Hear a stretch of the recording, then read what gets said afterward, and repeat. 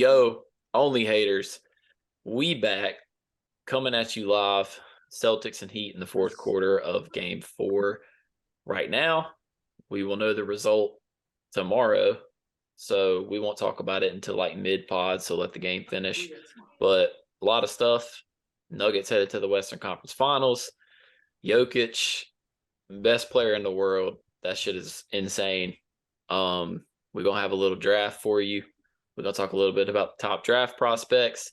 Got a lot to get to and not a lot of time in a day. So, P, how you feeling? Got to know.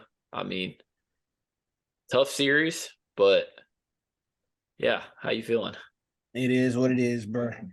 You know what I'm saying? It is what it is. I was talking my shit. I was popping my shit crazy. We lost. So, take it to the chin. Regroup. Next year, parade will be inside the city again. All right. Deion, how you living? I'm chilling. P, you following LeBron to the Bay, or is that off limits? That's absolutely all fucking limits. Like I said, That's the only place the bags aren't packed for. the bags really never packed, bro. I always cheer for my guy to win his rings, but you know what I'm saying? See, luckily when Braun was winning his rings, the Lakers weren't even in the playoffs, so you could get away with it. But if Braun was facing the Lakers in the finals, he got to get packed, bro. I'm sorry. I ain't ever heard someone say, luckily my team was ass. That shit sound crazy. luckily for me, you know what I'm saying? It didn't collide. You know what I'm saying? Luckily they didn't collide or cross paths. You know what I'm saying? Because then I would have seen my guy get packed. Yeah. I mean, honestly, bro, it was a weird series. It's like it was the complete opposite of what we're seeing in the Boston-Miami series. Like, Boston is just getting bitched. They're the more talented team, but they getting bitched straight up. As a Celtics fan, I hate to see it, but it's facts. And the Lakers, on the other hand, the Nuggets were definitely the better team. But, I mean, with the exception of, what was it, Game 2? I mean, all those games came down to like 2-3 possessions, bro. So it's like, I thought the Lakers got punked too, though, to be honest. You can get punked in different manners. yeah, no, I get what you're saying. It was just like, shit. I mean, the Celtics are playing well right now, but it's like I told P, I was like, damn, I mean, at least y'all show some damn fight. Like, that shot Jokic shit last night was the craziest shit I've ever seen. That's how I knew shit was South. I said, oh, it's over with for real. Like, you hear shit like that, yeah, it's over with for real. But the thing is, bro, like, that's his MO. Like, them type of shots, he be putting that bitch behind the head. I hate watching his goofy ass hoop. Bro, he's so good. But he tough. You know what I'm saying? He's tough as fuck, but damn, I ain't seeing shit like that make you want to damn throw the TV out the window whole time. I don't know. I feel like the Lakers got punked too, to be honest. Like they lacked intensity the majority of every game. I thought the Nuggets were more aggressive. I thought the Nuggets were, whenever the Nuggets wanted to, they took every game over. And that's a massive like the Lakers were wildly uncharacteristic for a LeBron team, in my opinion. Yeah. And maybe the standard's a bit higher because it's LeBron, but I mean, both can be true. I mean, this is just something, I mean, to, I guess, think about. I don't know. I just want to get y'all's thoughts on it. Do you think, like, how big of an impact do you think the LeBron foot shit had on the series? Because I really don't think it would have mattered that much, but I do think it had a slight impact because, I don't know. The real problem to me was AD got fried, bro. hooked. His foot's fried, yeah. His foot fried, bro. Like, but we knew that in the Grizzly series, though. Yeah. Like, you could tell the way he came into the playoffs, like, it wasn't as zero dark Braun-ish as you would expect. Like, he still had a crazy game. I'm surprised he played 48 minutes and everything. Like, he emptied the clip. Yeah, that was nuts. But, yeah, I mean, you could tell the foot cooked, bro. Like, I mean, it is what it is. I think the bigger issue was the foot's cooked and he played the Warriors like the series before. Like, you could tell, I thought like games 1 and 2, they had like an emotional dump. Like, they just didn't really have anything left after that series. And they got pumped. Because, like, if you watch both those games, it's like Lakers are fighting, and then the Nuggets are like, all right, we'll just turn it on for 2 minutes. They're up by 10. They did that like 3 times this series, which is wildly. I've only seen like the Warriors do that to Bron. Like, Bron doesn't normally let teams do that to him like that. So yeah, I don't know. I thought they got punked. I thought they emotionally were drained. The foot definitely played a part, but I don't know how much of a part it would have played. Like, had if they played the Kings the previous round, I don't think it'd be as big of a deal as it was. Yeah, no, I definitely feel that.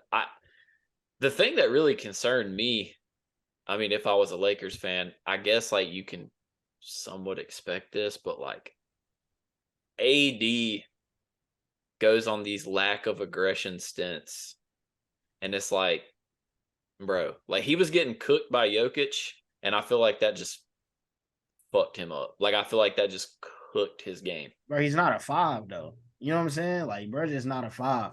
And, like, his only success with us really has been when we had JaVale and Dwight, like when he was playing the 4 strictly. Like, I mean, like I said, I don't know how many times we gotta say this, bro. How many times he has to say it? He said plenty of times, bro. I'm not a 5. I don't want to play the 5. I don't want anything to do with the 5. I mean, this series just amplified that shit times 10. So, like, I mean, that's all. Don't you think that's kind of the problem, though? Like, remember when Bron didn't want to play the 4, and like that first Miami team didn't work because he refused to play the 4, and then he was willing to play the 4, and they won a title immediately. Like, he's not a 5. I agree, but he also can't shoot. So if you have AD and JaVale on the court together, like, it's an extremely easy offense to guard. Yeah, Or it's AD, also doesn't have to be JaVale, but you know what I mean. It's also weird because it's like I just feel like you can say he's not a 5, but I feel like putting him at the 5 is easily the most advantageous position to put him at because it's so hard for centers to stay in front of him. He's big enough and quick enough to like guard most centers. I mean, Jokic is an exception, but that's where it's weird. It's like I know he doesn't want to play the 5, but like, bro, you thrive in the 5. When So not it's against like, shit, Not against true 5s. You know what I'm Not saying? He against- be getting fraud. well, I don't know. I feel like he only struggles against 5s that like other 5s would not be able to stop. I mean, I don't know. I'm just against not gonna hold. against like real 5s. He struggles. Like, yeah, I mean, it don't really matter what you do against teams that don't have like a real center. Yeah, I see. Often, like you could just see how it took a toll of him offensively. You know what I'm saying? Like guarding Jokic, doing all this, doing all that. Like, bro, he wasn't doing shit on offense because of that shit. Boxing him out every play, like, bro, it's OD, bro. He's not a 5. It just showed it. That's really weird. I think the bigger issue for the Lakers, but he was being pussy though, because Braun was to guard Jokic too. So yeah, that's crazy. He was being. And to be honest, like they should have done that a lot earlier. Like that was the best way to guard Jokic because like the way to beat Jokic is like force him to score. I know, like it sounds crazy, but it's like if he hits you for 50, just like in the Phoenix series, you have a good chance of winning. So it's like Braun on him stops him from being able to sit at the top of the key with AD in the paint, and he can just maneuver and set up the offense any way he wants. Like he has to set up in the post and attack. So it throws off their whole offense. Like I feel like that's the best way to guard him. But I don't know. If I was a Lakers fan, the thing I'd be worried about is Bron's contract is up next year, and he is known to leave. Like when you can't do anything to get better, he's known to leave. And like I look at that roster, you look at the available assets. I mean, what are they gonna do? Like, yeah,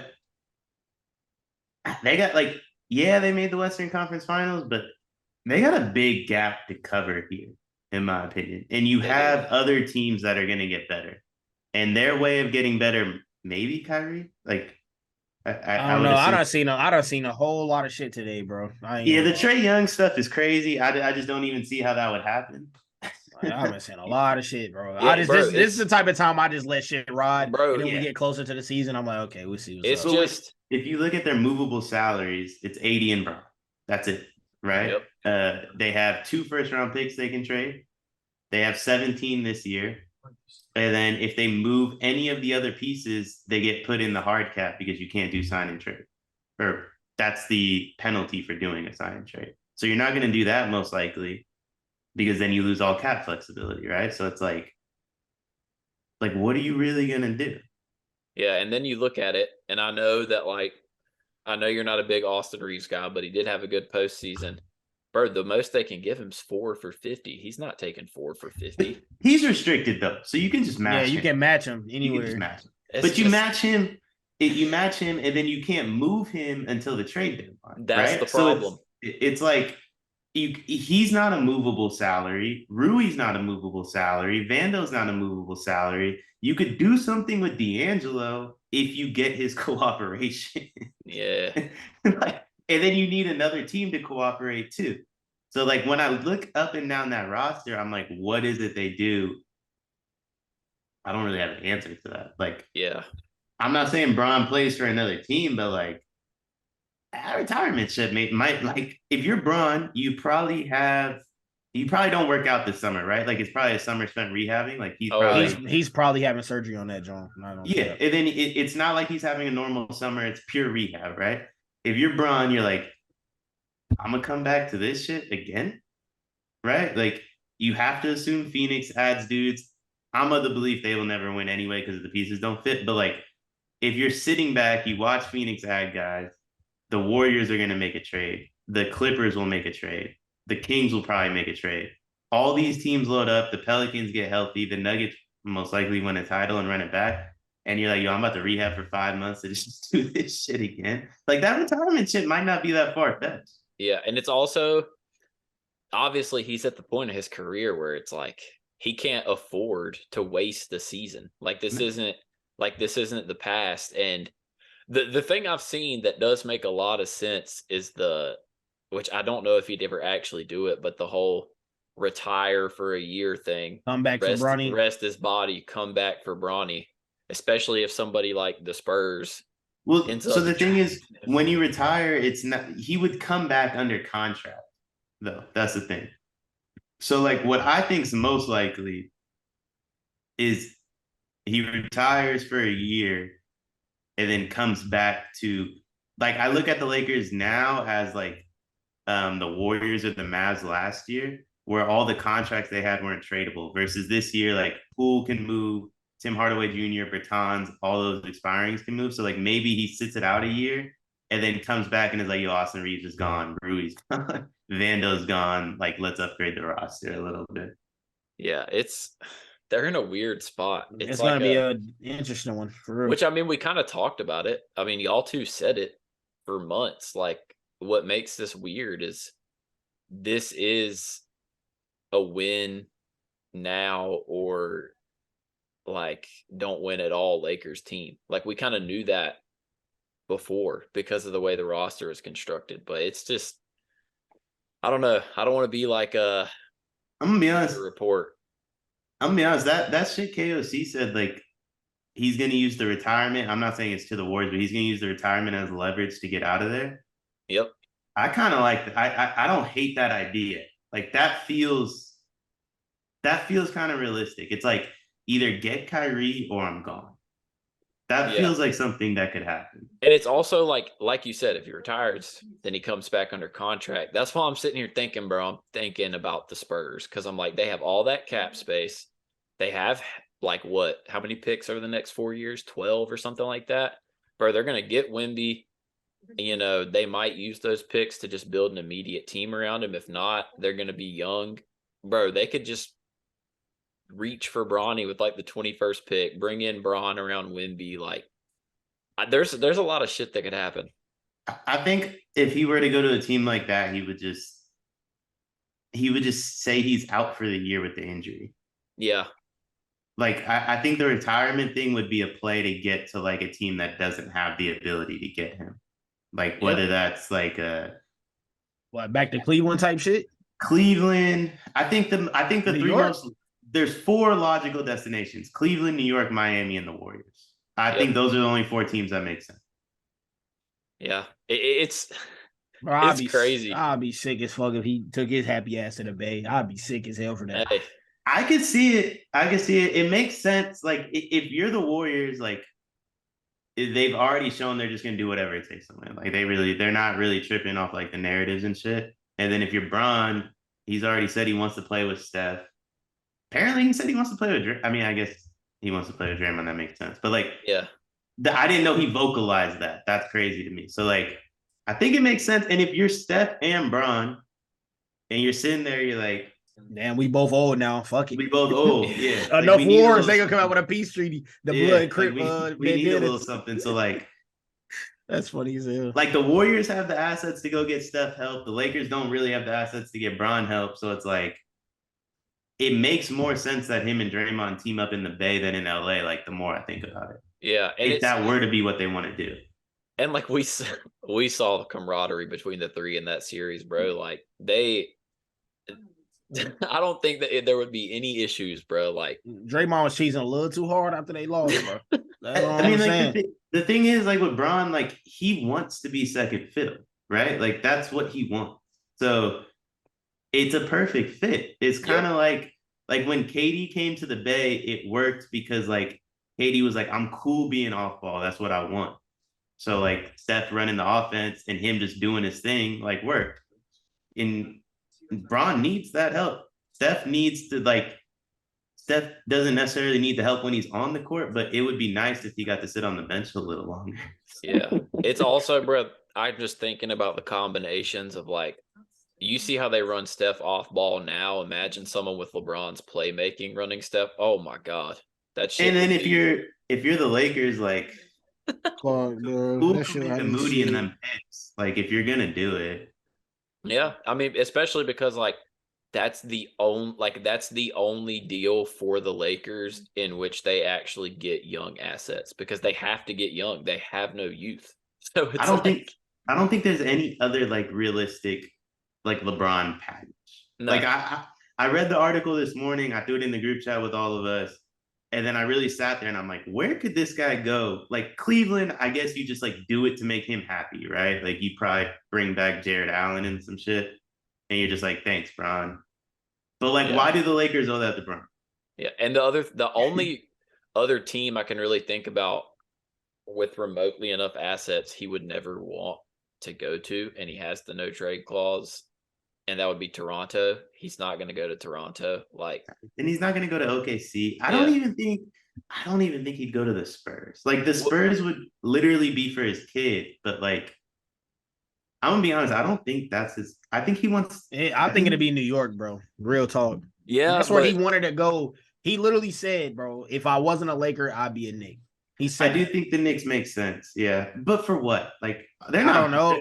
They're I not don't moving know. RJ. But I guess issue Randall for will be coming me back to the crib. is I I'm guess. thinking in depth about Like this. shit.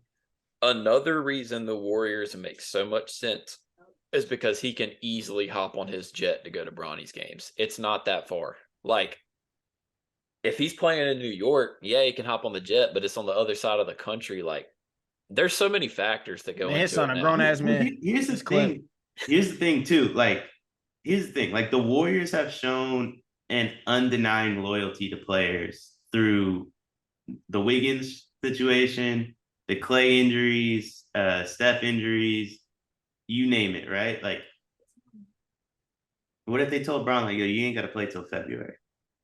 Even if they don't do that, I can guarantee you if LeBron plays and then the college season starts, they will let him take nights off to go watch Bronny. It's That's what I'm saying. What if they're like, yo, Bron, just use the foot thing, show up like to practice, like for camaraderie purposes, like it's Bron, bro. Like Bron doesn't need to learn a system. You know what I mean? Like Bron can play in any system. Like He Steph probably can already play know with- y'all system. I mean, he already know it. He's been playing against them for a decade. Like it's the same dudes he's been playing against for a decade, right? Like they know him, he knows them. And they're like, yo, just show up in like January, February, travel with USC, do your thing, completely let the foot heal. Don't come back 80%, 90, whatever. Like, I could see that. And then by the time February starts, like hoop season is basically over for college. It's one of those like you see it at first and you're like, no way. And then the more you think about it, it just makes so much logical sense that you're like, oh shit, that might have some merit to it. But I mean, I don't want to be like Bleacher Report and only talk about the Lakers here. I do want to talk about how incredible the Nuggets are. First off, Jokic, like Deion said it in our group chat last night. I think it's an undeniable fact. The man does not have peers right now. I'm going to be completely honest. Like, so, Deion, what, like, what are your just ramble about Jokic for a little bit? Like, I just want to hear like what you have to I say. just Like, think so. The Nuggets, in my opinion, are like the epitome of the difference in players, right? Jokic versus Carmelo. Carmelo's an all-time great. Like, what is he, top 75? He was on that stupid list, right? yeah, Yeah, and I you'd think have to so. assume he's on the top 50-ish, probably, like if they did an exact order. I didn't read the list, so I don't know if they did an order or not, but if they did, you'd have to assume he's top 50. Never won a ring, never made the finals, right? This is the difference. Like, this team is not better than the teams Carmelo was on. I don't really care what anyone says. Like, Carmelo had other all-stars. Yeah, Jokic bro, has was never playing. Bro, was was playing it? with AI. Yeah. I mean, not even the AI teams, Like because that shit like is funny though. That shit was I'm just not funny. really like pro AI in terms of winning, unfortunately. But like the Billups team with like Nene Yeah. and Kenyon Martin and J.R. Smith, all them dudes, like he had other all-stars with him. Another finals MVP. Jokic, Jamal Murray is a good player, but like he's not an all-star. He'll never He's be not an all-star. before this playoff run. Like, no, I don't know a person that even considered Jamal Murray top 25. No. Like, No. that's, I don't but that's the other thing is like Jamal Murray is good, but I can almost guarantee you that if he goes to another team, like they're not amplifying his abilities the way that Jokic does. Like, Jokic is just, he leaves me speechless, bro, because it makes no sense. But it's just the difference. Like, you can be a great player the way Carmelo Anthony was, and you just don't have that in you to take. And Jokic has it in him. And I saw it like the first couple of games where it's like they're playing slow. Jokic is going to turn up eventually, right? Like, if the Yeah, Lakers let them be anybody in could the, see that though. You know what I'm saying? Like anybody that really know how he operates, bro. You're like, okay. That's why the stats in the fourth quarter thing with him, I was like, that's not really that big of a deal because he does so much other shit that like it really don't matter if he's scoring or not. He really just, I mean, damn it, bro. He ain't really got no peers other than damn Giannis, I guess.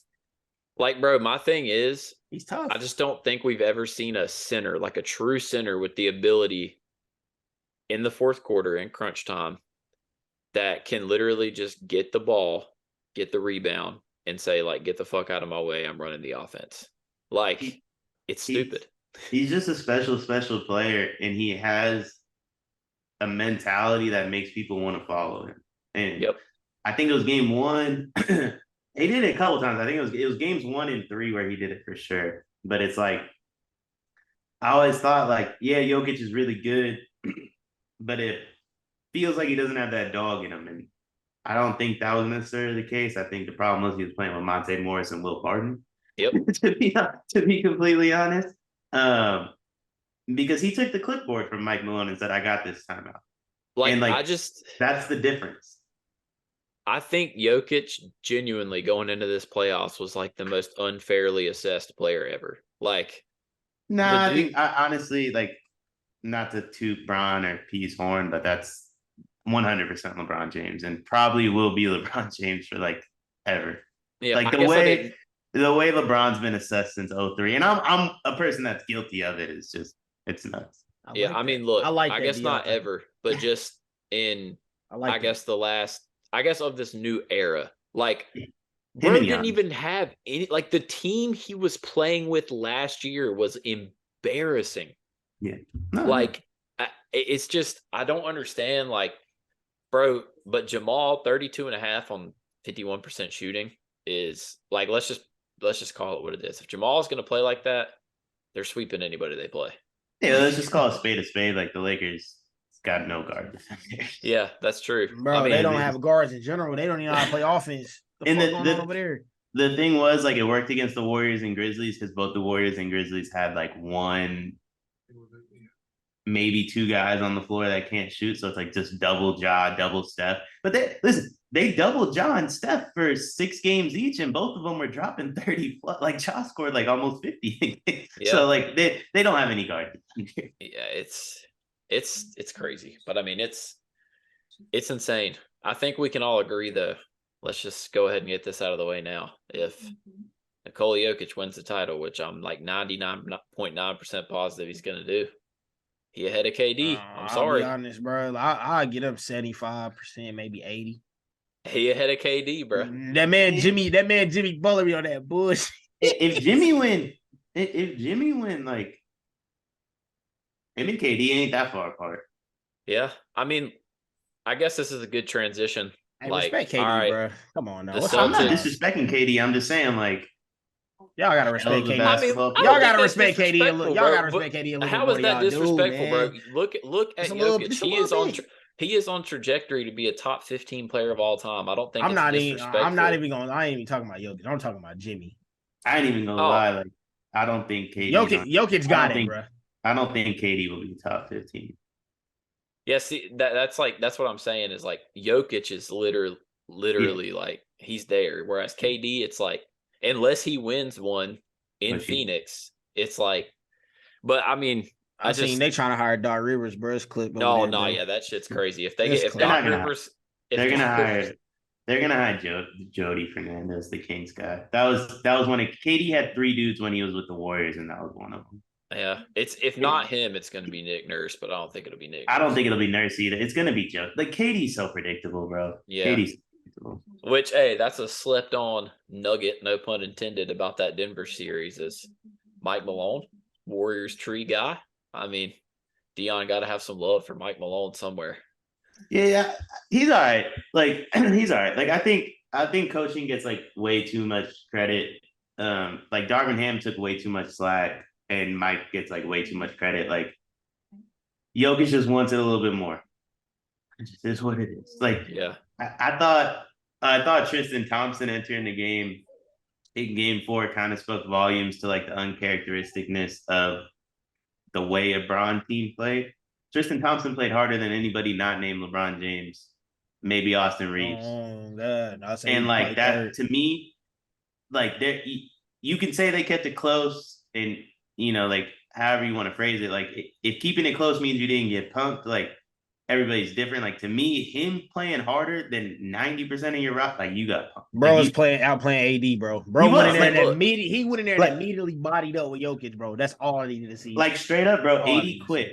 AD quit. And then AD looked up at the scoreboard, and I think it was like a 2-point game in the 4th, and AD was like, all right, I'll turn up again. But AD had quit but prior to that game starting. I mean, look, don't take this the wrong way, P. I know you defensive over your boy AR-15, but it's not good when Austin Reeves was the second best player on the team in the series. Like, that meant AD took a back seat to Austin Reeves. He did his thing, bro. My boy AR. I'm just glad AR rose to the occasion. I'm glad we get to see somebody rise to the occasion, bro. I done seen so many people, bro.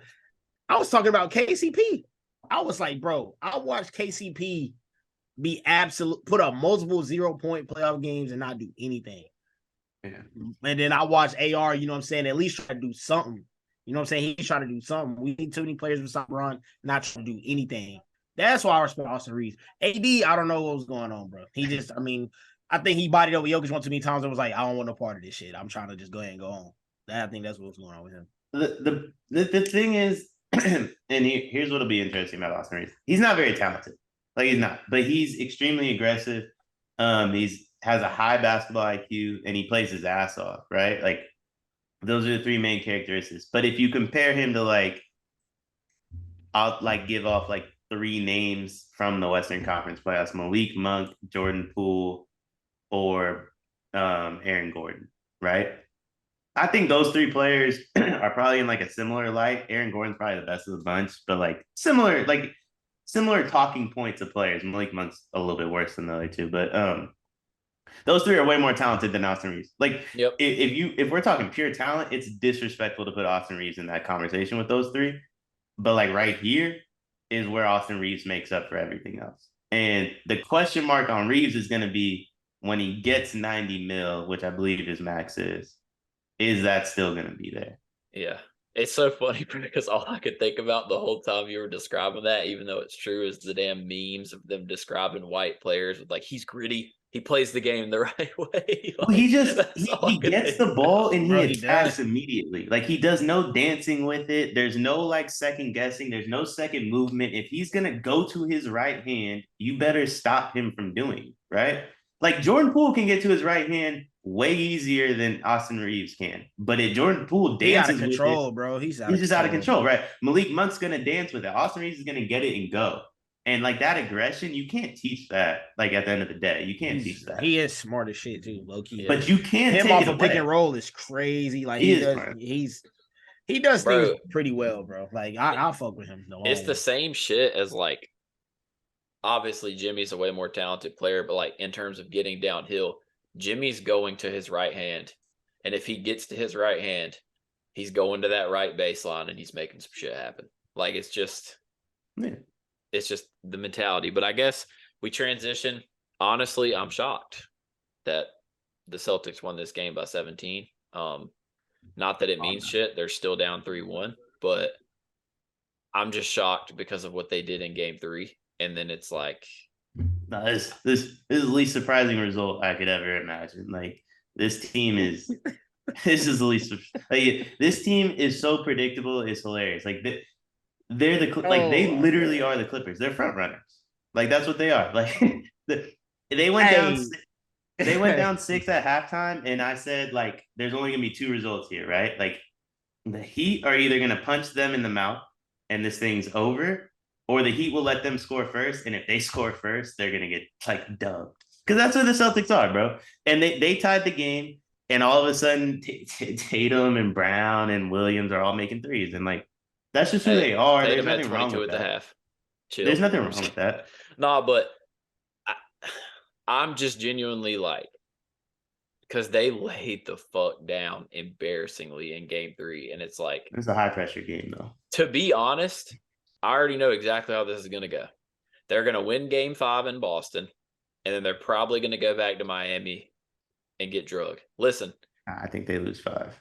I just don't know. I mean, No, I think they lose game 5 because Miami played this game like a team that has 3 more chances, and they're not going to play the next one like that. And yeah, that's what the Celtics needed was like, if you give us an inch, we're not going to take a mile because a mile would be winning the series. They're not going to do that, but they'll take a foot, and that's what they did. Yeah, I guess like my thing is, I'm gonna go off on my Celtics tangent here. First off, the fans, it's just ridiculous. Like I literally tweeted about it. It's like people are in groups of who to blame. First off, bro, when you blow 2 big leads and then you lose by 30 in game 3, you got a lot more than just one issue. Like people saying fire Joe. I went over this last week and I'm going to go over it again if you didn't listen last week. Like, look, has Joe been good? No, not really. But he's probably been thrown into the craziest situation that a coach has been thrown into in a long time. Like, Hardy leaves to Utah. So it's Joe, Ime, and Damon Stoudemire. Then you got the Ime situation. They fire him. So then it's him and Damon Stoudemire. Then they decide to go to Joe, who, mind you, was in the second row of the coach's bench last year. And Damon leaves to go to Georgia Tech. Bro, he has no staff. And he was thrown into this situation, high-pressure situation by Brad Stevens. And it's like, yeah, he's had some blunders. But what do you expect him to do, bro? Like, this is not a normal situation. Then on top of that, like, there's just so many areas of blame. Like, if you want to blame some things on Joe, that's cool. Not throwing a lot of double teams at Jimmy, yeah, sure, that's a Joe thing. Not calling a timeout in a quarter they scored 46, sure, that's a Joe thing. But you can look at the other stuff. Tatum, before tonight, not having a field goal in the fourth quarter, that's not a coaching issue. Jaylen Brown doing what he's doing, that's not a coaching issue. Every single player on the team, with the exception of Derek White, coming into game 4 shooting below 30% from 3, it's not a coaching issue. The lack of intensity on defense, not coaching. Like, there's so many things that aren't coaching. I just don't see how you could sit with a straight face and be like, bro, it's Joe Mazzulla's fault. Like I said, he hasn't been great, but bro, like, you're getting bitched and your coach can't prevent you from getting bitched. You either get bitched or you don't get bitched. And the number one person this has to fall back on is Tatum. You're the most talented player on the team. You're the best player on the team. You're supposed to be the leader. when you come out soft in a must-win game 3 and your team lays down like that, it's on you. Like, people are going to sit here and look at the box score and be like, oh, but he did this in games 1 and 2. Doesn't matter. Like, they had a chance to make it 2-1 in game 3, and he laid down. They play as he plays. They laid down right with him. So it's like, I don't know, man. It's a disaster. I mean, the talent disparity is crazy. There's no reason we should lose this series. And we're going to. And I don't know. I just don't see how people are trying to strictly blame Joe. I'm not even trying to be a Joe apologist. That shit's just crazy to me. So who deserves the most blame, JK? Who is it? Tatum. Not from a performance standpoint necessarily. In game 3, it was from a performance standpoint, but like he's just not a leader yet, and he's the best player on the team. Like, today is the first game he's played like a leader, and it's like, why would Marcus Smart be a leader? Because he doesn't have enough talent to be the leader. So it's like, I can't blame Marcus Smart. He's like, what, the 5th most talented dude on the team? But he goes as Tatum goes. Yeah, like, that's what I'm saying. He's soft too. Yeah, that's like CD. Like the issue. Like, come on, man. The issue. What was the quote? I sent it in the group chat. What did he say? Like, we beat y'all. We beat y'all last year. Come on, man. Wait, we already beat y'all last year. We good. That's grade A. You're getting your ass kicked, and the team is bitching you, and you ain't got nothing else to say. So you're like, you're just a loser. No, you're just a loser. Like, you're a loser. Like, you're talking about last year when y'all lost. Like, even at the Heat, like, Heat beat them this year. They go on to lose to the Nuggets. Like, why should the Celtics care that they lost to the? You know what I mean? Like, y'all lost too. Yeah, see, that's what I'm saying. Is like, bro, when you're losing by 20, just keep your mouth shut. Like, at the end of the day, like, you're about to go down 3-0, you're losing by 20, and your comeback is, but we beat y'all last year though. Like, that's the most absurd shit. There has to be some of these reports on the Celtics have to be capped. Oh, I mean, some of them some of these have like what? Like, there's been a lot. You know what I'm saying? There's just been a lot that's came out in the past 20 hours. You know I mean, the thing about them not liking each other makes sense to me.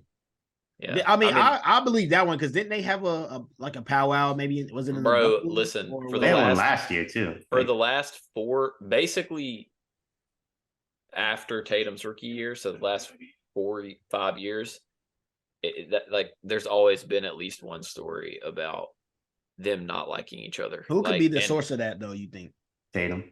Like, Tatum. That's where you think the source is. I think, to me, like. And I know I bring it up every week, but to me, that Horford quote about last year's finals, like how could you be a role player on that team and look at him and be like, yeah, bro, if you tell me something, I'm gonna listen after that. Yeah. I mean, hey, brother, you got me. The only thing, if you're JB, like, you're JB, right? Hey, like, man. Another hypothetical, you're JB, like, y'all just lost the finals. Mind you lost the finals where you went to fucking college, like 10 minutes down the road. Like, obviously he's not from the Bay, but like, he's got folks out here still from that year. Like, so you lost the finals in front of people, you know, and then bro quit in the finals. Clearly the whole team knew he quit because they're talking about it. And then bro just said he tries to trade you for KD. He tried to trade you, but come on, man. Like, hey, I know JB's not like a phenomenal player by any means, but if I'm JB, I'm looking at like Tatum, like, yeah, bro, you're not telling me nothing today. It's just, I'm gonna be honest, bro. Jalen got to be hurt or something right now, bro. I don't know what the deal is, but shit is crazy how bad. Like, he just cannot shoot. He's like 2 of 22 for 3 in this series or something like that. It's genuinely nuts. Like, and honestly, he know he finna make a bag, bro. He don't give a damn. Yeah, he already got his. But like, they don't care about winning. That's the thing. Like, they don't care about winning, and that, you know, everybody's different. Yeah, we'll see. I mean, I guess we'll see. Like, we're gonna know how much they care about winning based off what Brad does this offseason, to be completely honest. Like, I mean, maybe It depends on what they do. Like, it starts with Tatum. Like, if he's back on the team and he's the best player, then it doesn't matter who else is on the team. Like, it's gonna be the same old, right? Like, there's only so many dogs in the league you can bring in that can change your best player not being a dog.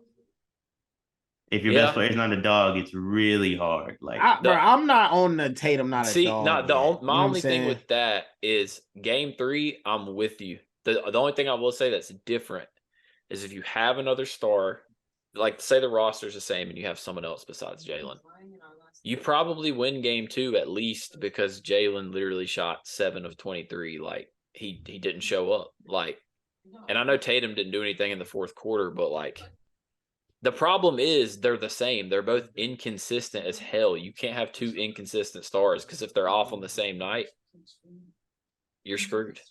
Yeah, I mean, the problem is like their best player is like soft. Like it replicates on the rest of the team, like so on and so forth, right? Like, like AD is super soft. Bron necessarily isn't, but AD was the best player in this postseason run, and that replicated on the rest of the team to me. In the bubble, Bron was still the best player, and I mean, I'm pretty anti-bubble, but the mental strength you had to have to survive those 3 months, that replicated on the team. Like Giannis is super tough to go through the wars they went through in 2021 or whatever, right? Like I can't think of a superstar that was soft and their team went on to win a championship. Like it just, I mean, Dirk? I guess my only thing is like, do you consider Kawhi soft or he actually like mentally? I think Kawhi's tough as fuck, to be honest. I think Kawhi should cook. That's just what it is. I never knew because we never really ever talk about Kawhi like that on here. You know what I'm saying? I mean, I will clown Kawhi for not playing. As long as you're an NBA player and you don't show up, I'm gonna clown you for it because that's your job. Yeah. But like, I mean, bro played 43 minutes in one game and immediately tore his meniscus. Like it's time for him to hang it up. Yeah. It's kind of hard to name champions that haven't been Steph and LeBron. Like I've been sitting here thinking. Yeah, I mean that's fair. It's like Steph, Bron, Giannis, Jokic is gonna win it. Jokic or Jimmy, I don't find either one of them soft. Dirk's the only one I can think of, and I don't even know if I consider Dirk soft. I guess the only thing I would say is I just like you really can't trade Tatum because there's only maybe 5 guys in the league you trade him for, and it's like, as from a talent perspective, he could be that guy. And the only thing I would say is we've never seen him play with another core, so it's like maybe another core is the fix. I don't know. That's the thing. Like we've just never seen it. Like he's always had the same nucleus. But it's always been the same shit with every team. So like that's why I don't think it matters, because it's like Steven said he lost the locker room. Udoka came into the job saying he don't have the locker room. Obviously he got it. It was like that January 15th on or whatever, like Martin Luther King Day shit. And now Joe Mazzulla lost the locker room. Every year they quit. Every year they bow down. And then you have the Marcus Smart quote. Like that's DNA. That's from within. Like that isn't team. That isn't roster construction. That isn't anything a front office can do. That's just you as people. I mean, and it starts with your best player. Damn, they need a culture change, huh?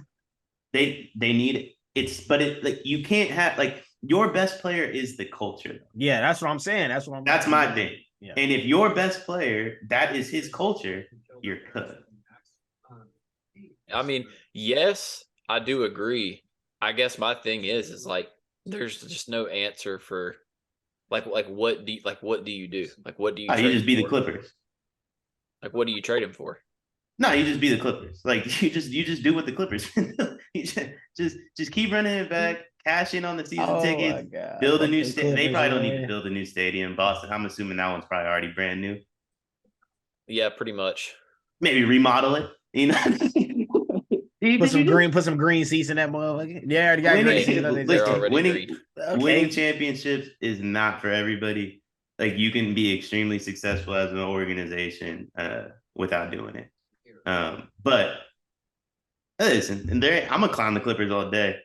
He's gonna clown the Clippers all day. But there's 20 franchises that probably won't clown the Clippers, right?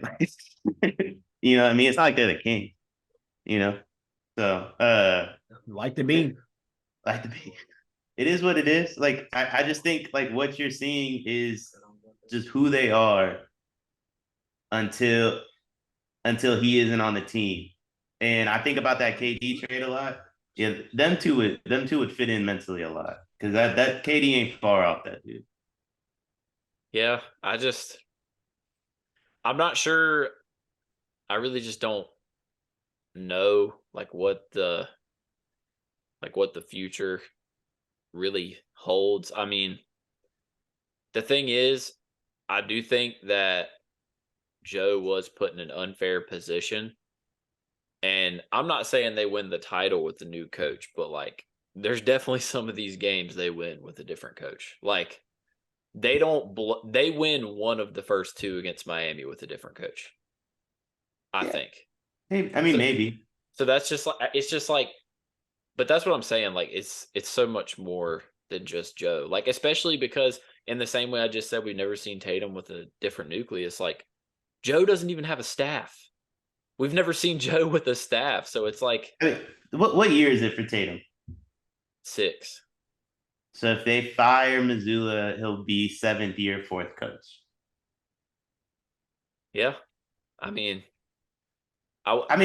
here's my thing. Like I understand Brad Stevens. Like we don't know the story. What did he say? He was tired.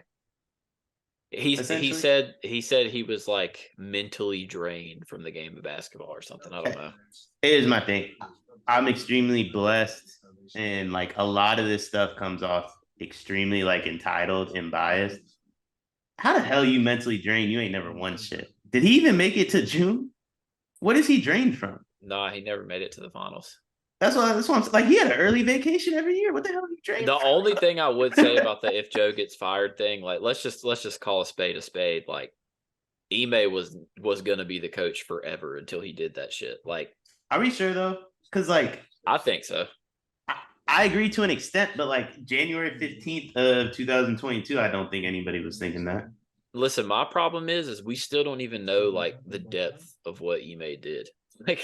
Like we still haven't seen the full story. Like, and I agree. I'm not saying Ime should have been fired, and there's probably like a bunch of different stories there. And I think the quick turnaround for him with having the Rockets job probably leans towards him not being as guilty as. That's my thing. Yeah. But my thing is Missoula saying they quit on him. They quit on Ime too. Was he able to rally them back? And does he deserve credit for that? Sure. But who's to say they wouldn't have quit again? Like this is them. This is a Tatum-led team. This is what Tatum-led teams do. Same thing with KD. Phenomenal basketball player. I could have told you the moment that trade happened, Monty Williams was getting fired. Yeah. That's just KD.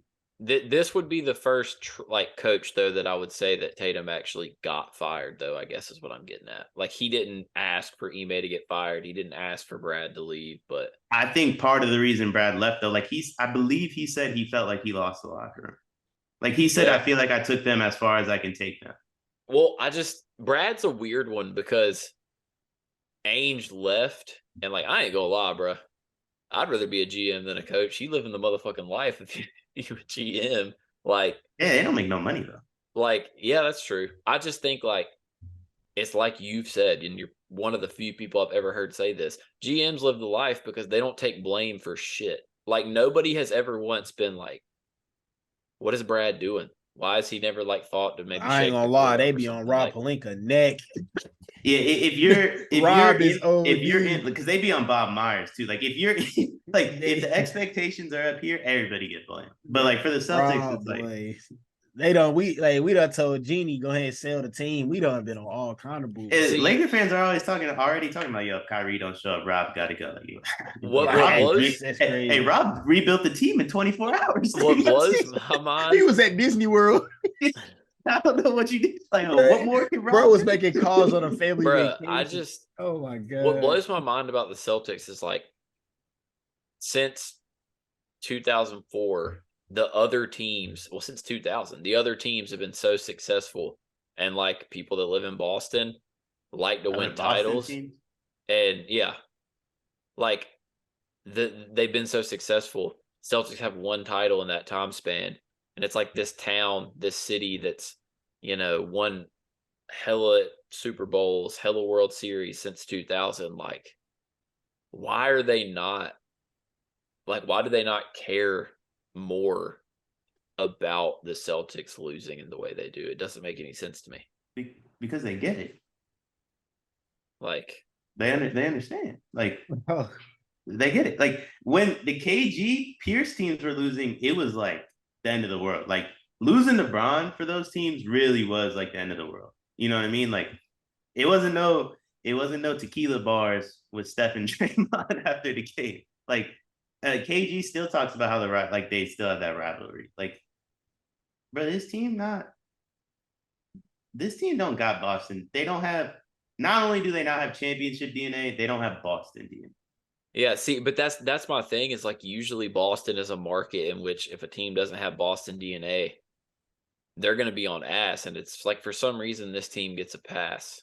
It just doesn't really like the Patriots getting a pass would make sense. They won 6 Super Bowls, like whatever. The Red Sox have won 4 World Series. Tom but, Brady like, didn't even let y'all get a pass on y'all's ass. He was the first one on some shit. He didn't allow that shit, bro. That's like, I guess that Hey, just goes back to your best player. You know what I'm saying? Speaking of football, bro, I got a comparison for you, Deion. The 49ers, the Celtics of the NFL.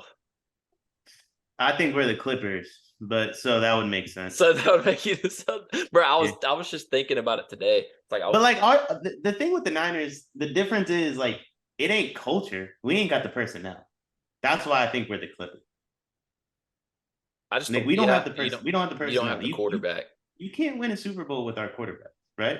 Like talent wise, the Celtics should be able to win a championship. They have plenty of talent, right? But they're missing something, and it's DNA. They don't have it. Like their best player doesn't have it. So I guess this will segue in. I mean, we're going to do a little bit of draft talk just about the top prospects. And boy, let me tell y'all, this man Pierre has the craziest damn take I've ever heard in my life about a draft prospect. But we'll talk about that in a little bit. I do want to hit some off-season like stuff. So everyone is going to give one hypothetical trade. It can't be for your team just for the sake of us getting creative, but one hypothetical trade that you either think is going to happen or makes a lot of sense to happen. But before we do that, what are the Blazers going to do?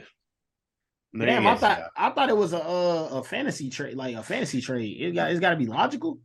Yes, it's got to be. What the damn, bro? The Blazers are in the most they're in such a unique spot because they could trade Dame, most likely get their point guard of the future in Scoop, because I doubt the Hornets are going to take him, or they can package Anthony Simons and the number 3 pick to put someone beside Dame. I like. What do you think they're going to do? I think they get Siakam. I could see it, and I'm assuming, is Jeremy restricted or unrestricted? He's unrestricted, but he would go back. Yeah. If you just offer as much as anybody else would offer, he'll go back. I just because there's a lot of teams that could get Dame is my thing. Like, start with the Sixers. Harden is gonna leave. He's gonna go to Houston. What are you gonna offer for Dame? Maxey? I just look at it and I'm like, if they offer you Maxey, Tobias, and picks, do you get a better offer than that? No, but I don't know why Philly would do that. I don't know. If Harden leaves and then you lose those two, like I don't think you necessarily get better with Dame. Yeah, I agree. Then you have the Spurs, who with the 12 first-round draft picks and all their young talent, like they could just put together Dame probably has a no trade. Yeah, but like, do you think Dame would turn down playing with Wemby? Yeah, I just feel like it'd be interesting. Like they're not going to get Dame. I am curious as hell. I think us as fans, and I don't want to steal Pete's hot take because I have a feeling it's going to be about him. Us as fans are jumping the gun way too much on Wemby. Like, yeah, Wemby's going to be a great player, but if you are an aging star, Dame's 33. Yeah, 34. And the next 3 years of his contract are crazy. If Wemby's not going to be ready, like Wemby might be good, but what it takes to win a championship, Wemby ain't gonna be there yet. Like the only logical destination I would say would be Miami. Well, I also do think you can't count out Milwaukee if they do. Like if the Drew, Oh, yeah. if the Drew took. That's what I was. Okay, so hear me out. If I don't know how they the trade Drew to contracts. us, That's what I was gonna say. If they trade Drew to Golden State and get the pool package, then they have all the assets. They don't really have picks, but they have the assets to send for Dame. And if you get Dame, Middleton, and Giannis, then it's like, yeah, I'm gonna be honest. That's the trade I want. I think Drew makes the most sense. I think Poole's value might be a lot higher than Drew Holiday at the moment, though. yeah, just because I think because of age, especially because Drew's what 34, 35? It's the contract. It's the contract. Like we're bashing the contract because we're comparing it to now. But Jaylen Brown's gonna make 2.5 times as much as him. Jaylen Brown is not 2.5 times better than Jordan Poole. No, like Jaylen Brown, his ceiling is like top 17 or something like that. Like he's a very good player. He is better than Jordan Poole, but like 70 mil versus 28. If you're a team choosing Jordan Poole is going to hold weight this offseason that I don't think is going to come out to let's package Kuminga and picks to get Drew Holiday. Yeah, I'm just literally but what if the Bucks took the other route, kept Drew, and traded you guys Middleton? Same thing. I think he's gonna. I'm gonna be honest. When it's all said and done, like I've gone back and forth. I kind of think JP winds up on the team next year. I just think I think he's gonna hold a little bit too much value to the point where it's like you can't just bring it. Like where does Middleton play? You know what I mean? Like you can't just bring in a star. Like it sounds crazy, but he's going to have too much trade value for us to get what we need to actually get better. And I know that sounds nuts, but that's the only way I can describe it. I think that what's going to happen with the Warriors is you do dump Kuminga and Moody, but I think the main nucleus stays the same, and then you probably just end up bringing OG. But I do think you're going to end up getting one surprise guy. I don't know who it's going to be, but it could be LeBron. I think Kuminga and Moody in 19 for OG's good as done. I think JP winds up starting. I think they bring Clay off the bench. Different topic for a different day. I'm sure we'll do off-season previews for teams. But so I guess the last thing is I don't know if I would want this or not, but the other team that does have the assets to make an offer for Dame is the Celtics. You can offer Jalen. You can offer one of the other 3 guards. You still have 5 picks. Jalen's expiring. Well, no, I'm saying if you extend him. I think the Jalen thing makes more sense. Almost any Dame trade is going to involve the Warriors, in my opinion. The Warriors send the assets to a team. The Blazers gets the assets through the Warriors. The Warriors get the player. That's the only way the JB thing makes sense. Because if he's going to be the center, he's just going to walk. Yeah. Well, the other problem too is it's really a weird trade because JB has been disappointing in this series, but we're talking 26 paying that kind of money compared to 33 to 36 paying just as much money for someone who's old. It's tough. Dame might be stranded. I think Miami makes sense. Yeah.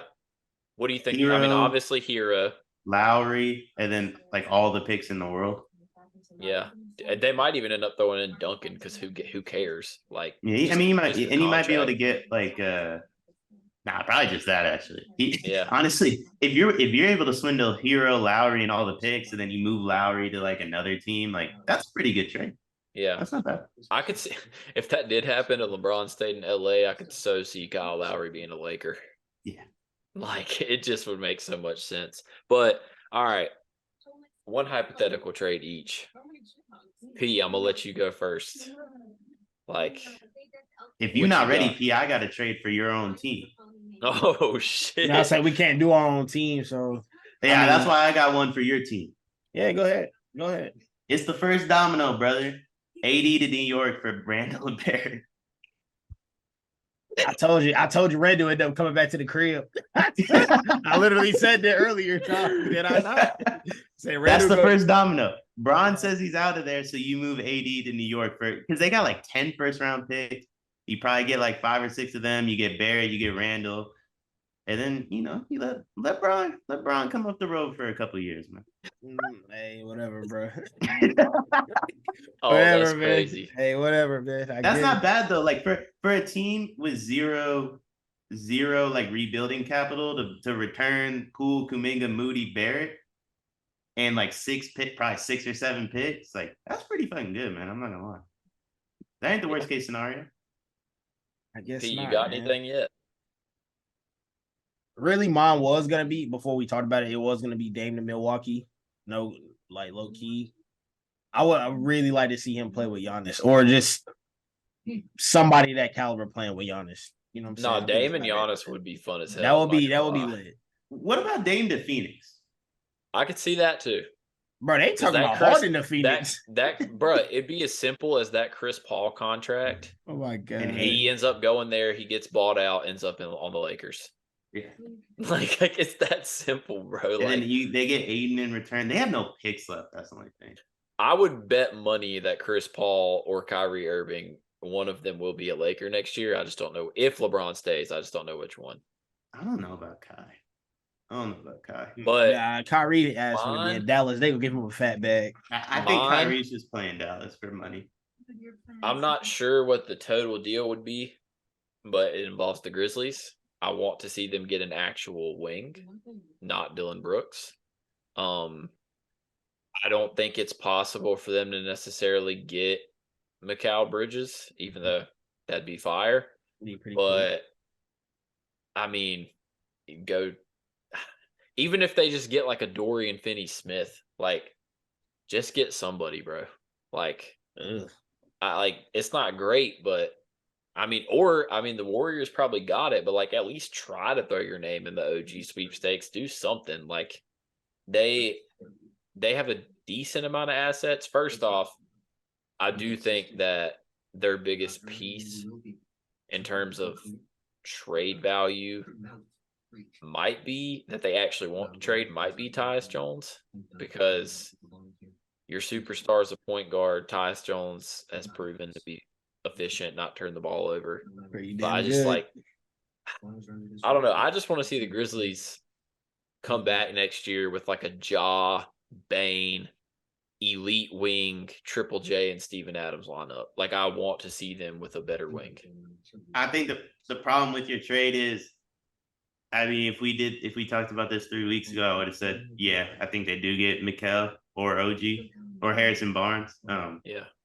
Someone like that.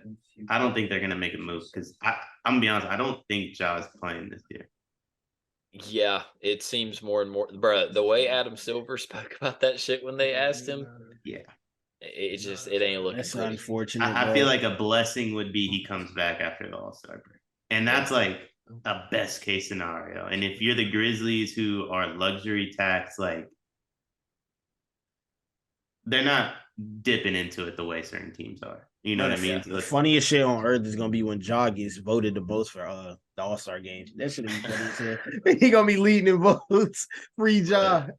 I don't see them making a big move like that until bare minimum until they know what happens with Ja, which like might be soon, it might not be. Like who knows? I mean, look, there's options. Like they don't even have to make a deal. I mean, maybe make a deal to free up space. Even if they did do that and then sign Cam Johnson, or like maybe try to sign Austin Reeves. I don't know. Like there's a lot of Austin Reeves in that locker room would be comedy. I cannot believe I just said that. But I don't know. I just want to see it because, they're so damn good. That's literally the one piece where it's like they're missing it. But yeah. I think if I'm the Grizzlies, Brad Stevens has to hang up on me. I think that team makes the most sense for Jaylen Brown. Yeah, I can definitely see it. I mean, what would the deal be? What do you think? It probably includes Bane. It depends. Like that would see the Bane part would depend on JB, right? If JB jumps and says I'm gonna accept the supermax, then yeah, it has to include Bane, right? If JB's hesitant and it's like, yo, I'm gonna play my contract out. I mean, that's I mean, there's no leverage at that point. So like at that point, it's like I mean, the Grizzlies have all the first round picks in the world. They have a ton of young guys. They do have salaries to match. Like, does it make sense for the Celtics to do? I'm not saying it does, but I'm saying Brad Stevens would have to tell me no in like 10 different languages. Yeah, no, I get it. So I just want to hit on this for a second because me and Pierre was talking about it on the phone like 2 days ago. Just go ahead and tell the people how you feel about Vic, bro. Mr. Wembanyama. Hey, bro, like I told JK, I said, bro, will he be good? Cool. You know what I'm saying? I'll be fine with that. Will he be great? I'm fine with that. You know what I'm saying? But I do think bruh's a cone. Shout out my boy Kobe. Bruh's probably a cone. Not gonna lie. And like Deion said earlier, bro, I feel like we jumping the gun on bro. Like, damn, like, can we see him be great before we start counting him as great? That's all I'm asking, bro. That's it. The Twitter nerd's probably gonna be at the neck, bro. But I'm just saying, it's just like, come on, bro. And I think it all can be true. Like, he's going to be great, but like, you can want to see it too. Like, it's not like what Pete's saying isn't crazy. It's just like, let me see it. I just thought the crazy part about it was that he's a cone. He a cone? Not that Right, he's bro is a cone, bro. Bro is a cone. I promise you. Bro, I ain't never seen someone that size move like that, bro. Bro, I I mean, think he's gonna get cooked a good couple times. Dog. He most likely doesn't play defense. Cone. No, that's what I was telling P Ellie. is like at his size and stuff though, like I think that speaks to how good he is because like why are we even expecting him to be good at perimeter defense? As long as he's a rim protector, like fuck it. And he blocks shots. So but I do think it's gonna be on some Chet shit, bro. The moment Giannis come barreling down the lane. I'm ready to see him hoop, matter of fact. Yeah, Chet. I'm ready to see Chet hoop. He's great value, Wemby. Yeah, I need to see that. I mean, he is. Listen, they have all the same game. Wemby's 7 inches taller. Damn. He's literally, they do all the same stuff, and Wemby's just a bigger, more athletic version. Well, Chet, if you hear this, go get that surgery where they be able to extend your kneecap. Bruh, I'm still trying to figure out the free 7 shit, but I guess we just gonna have to wait and see. I want to know. I want to know what that meant. I don't know what it meant either, bro. I think he's trying to get clear. I think he's trying to get clear for like the summer league and stuff. But I thought he was like he posted it during like what was it playing hours? You know what I'm saying? Like that's why I was like, okay, like nah, because he was ruled out for the year, so I don't think he can come back at that point. But like he does need to be cleared here in a second to play. I mean, summer league 6 weeks away. They about to have to lock him in the damn don't let his ass play pro. Don't let him go back to a summer league. Him and Ben Carroll was hopping on jets going from city to city every day hooping. They was on world tours like they ain't about to play their rookie year. Like, bro, you see DeMar DeRozan pull up to play like 2 games at the Drew League every year. Like these dudes was in a new pro-am uni every other day. I was like, yeah, bro. Yeah. Long story short, they said Chet got hurt for the year. I said, didn't surprise me, bro. you played every single day. That shit. He slipped on like a wet floor because of humidity or some shit like that. Yeah, no, it was in the wasn't it in the Jay Crossover one in Washington? Yeah. Woo! Damn, bro. Hey, shout out Jay Crossover though, because that Tony Roten Sham God's still one of the coldest damn moves I've ever seen. I know you know the bro baked the help defenses. I think JP pulled up to that shit like a week later and dropped like 70 something. That fucking shit is like don't nobody playing that. Hey, my boy. I'm pretty sure the Jay Crossover is the one Peyton Pritchard dropped 72 in. It is, yeah. Like I thought JP pulled up to it. I'm like, bro, not even from Washington. Like even like, no part of him is from Washington. It just dropped 70 and left. I'm like, bro, this shit's clown shit. Oh yeah. All right. Now it's time for a little draft before we get into most hated. So this is just gonna be I don't even know where this is gonna go. We're gonna do a best rivalries in sports draft. It does not have to be teams. It could be players. It could be UFC fighters, golfers, whatever you want it to be. Just UFC got some bangers. Yeah. I know there's UFC one that might be my number one overall pick. But all right. So I don't really care who goes first because I genuinely have a pretty deep list over here. So like if one of y'all wants to claim it, you can go ahead and go first. P, you look like you ready, man. I'm gonna let you go. I mean, I can go first if Pete don't. I'll say like, bro, there's so many things. I feel like can Deion say. go pull some crazy ones out the back. I really just want to be like I'll go last because I like low key want to just hear y'all be shocked. I don't necessarily want it. Do you want it? I mean, I'm just like I just was kind of curious. This sound like y'all got some heat over there. I do, but I'm saying like I'll take the one we're all thinking of first. But if you want it, you can have it. I'm not sure. Go ahead. Yeah, we know. Do the honors. I'm gonna take Brommer's stuff. Yeah. I mean that's pretty inevitable. I thought you was finna say Blueface versus Krishan, but that ain't athlete. That's hey, it's a good one though. hey, listen, I'll go second. I'm gonna take it first before it gets off the board. Give me Johnny Bones and DC, bruh. That rivalry is just they dead ass wanted to kill each other. Pure gold. Bruh, that's one of the craziest. I was gonna go UFC as well, but I was gonna go McGregor and Aldo, bro. Yeah, that's those build-ups were, bro. For McGregor to go to Brazil and rip a picture of him and say I own Brazil.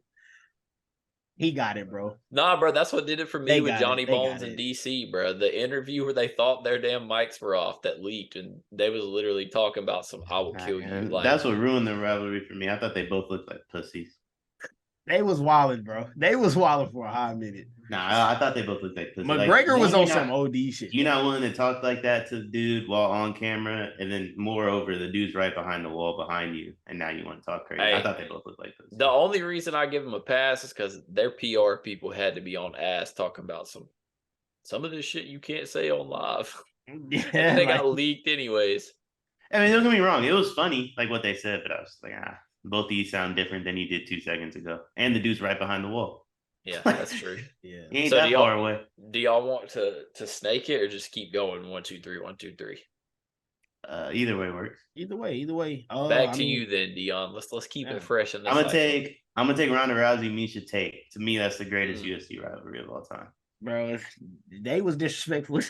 They were disrespectful as fuck. They was disrespectful as hell. They were disrespectful as fuck.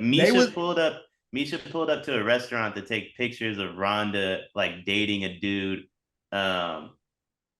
whose wife was also in the restaurant and then leaked it to TMZ. Yeah, they were wild. They was disrespecting dead homies. They was wild, bro. Like men can't imitate a woman's rivalry. Like there's nothing worse than a woman's scorn. The level of those two truly hated each other. And then their coaches wanted to fight I think Ronda's coach wanted to fight Misha's husband, maybe ex-husband at this point. I don't really know. Like the whole thing was fucking crazy. Then they did the Ultimate Fighter together, and that really just like popped it all the way off. Oh yeah. So I'm gonna go team here. Keep it real simple. Duke UNC. I mean, greatest rivalry in the history of college sports. UNC alumni, fuck a Duke. Fuck a Duke. We been saying that. Gotta be honest about college rivalries. They don't hit the same for me in basketball as they do football. No, Auburn, Alabama's up there for me too. The only reason I say that, the Duke UNC thing, is just because of how even it's been for the last, 30, 40 years. Like, it just feels like, because you don't really have, and that's why you don't really have the same roster, right? You know what I mean? Like, especially those two teams are so talented. Like, you're losing dudes left and right. Yeah. So it's like, it feels like, to me, like what that rivalry can be very good. Like last year was phenomenal, but it normally takes like a game to like feel each other out. Like, do we hate each other this year, or do just the schools hate each other this year? Like, I guess, when you go back to the prime years when guys used to stay 4 years more often, like Gerald Henderson and Hansbrough, they hated each other. Shire Singler and Smith, JJ Redick. I hated dog. Yeah. No, I agree. Back in the day, like when dudes were staying much longer, phenomenal rivalry. Nowadays, it's like, all right, I got to watch the first game. It normally takes me the first half to be like, is this a rivalry or not? Yeah. All right, P, what you got? I'm going to go baseball, and I'm going to go Yankees and Red Sox. Oh, fuck you, man. Because it used to hit crazy when I was a kid. Like, when they were both, like, raw as hell, that's when it hit. Now it kind of don't hit like that because it's really Rafi versus the world. But other than that, back in the day, they was making like shit. Bro, Okay, when Johnny Damon was a traitor, you feel me? Like that's and then Jacoby Ellsbury followed him like 2 years later. Yeah. So yeah, that was some op shit. Like that was wild. The fact that the Red Sox are 26 and 22 right now is kind of nuts because they should be way worse. But Purcell just had a good outing. Like I just can't bro. The coming back from 3-0 in the ALCS against the Yankees, like, bro, the amount of times I've rewatched that, because obviously when it happened, I was only 7.